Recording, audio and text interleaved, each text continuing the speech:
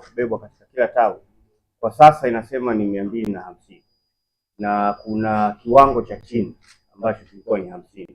Kwa hiyo tutakaa na kuona namna gani ambavyo tutarekebisha kuwa na reasonable number ya katika matawi, na nadhani utaratibu utaelewesha wale wanachama wa zamani ambao walikuwa na kadi zao, wengine bado wanazo katika association yao, wengine walipoteza.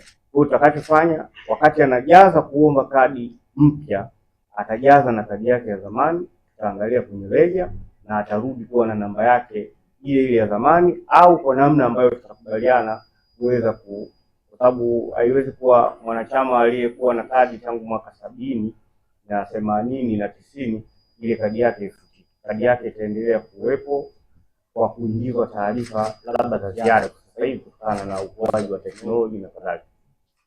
Zoezi hili kwetu sisi lina faida kwa sababu itakuja kuuisha wale ambao walikuwa na kadi wakapoteza na kuwatolewa tena, wale ambao walikuwa wanahitaji kuwa na kadi mpya, na kuboresha pia. Kuna wengine wanachama wa Simba sasa hivi wamekufa, walikuwa wanachama, wengine wamehama na kadhalika. Kwa hiyo itatusaidia sana kuimprove, kuwa na records na takwimu sahihi zinazohusu wanachama, wapenzi na washabiki.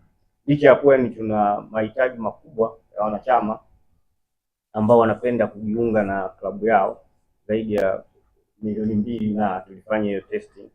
Kwa hiyo tunaamini kabisa tutakapoanza tutaweza kujua kama kweli kulikuwa kuna uhitaji na kadhalika, na mambo mengine yatakuja.